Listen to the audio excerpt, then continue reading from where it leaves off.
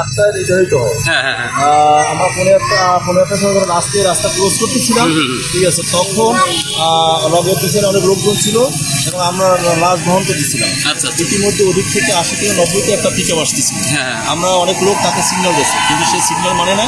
সে লাস্টের পিছনে যে লোকজন ছিল তাদেরকে চাপা দিয়ে চলে গেছে, যাতে 3 জন কি 4 জন লোক আহত হয়েছে এবং তারা মেডিকেল খুব গুরুতর অবস্থা। এবং তারা লাশ আমরা রাস্তায় রেখে দিয়েছি। রেখে দিয়ে এলাকার লোকজন সব পর্ষদ করার পরে পিকআপটা এলাকার লোকজন তারা দুঃখিত জনতা জ্বালাই দিয়েছে, জানি না।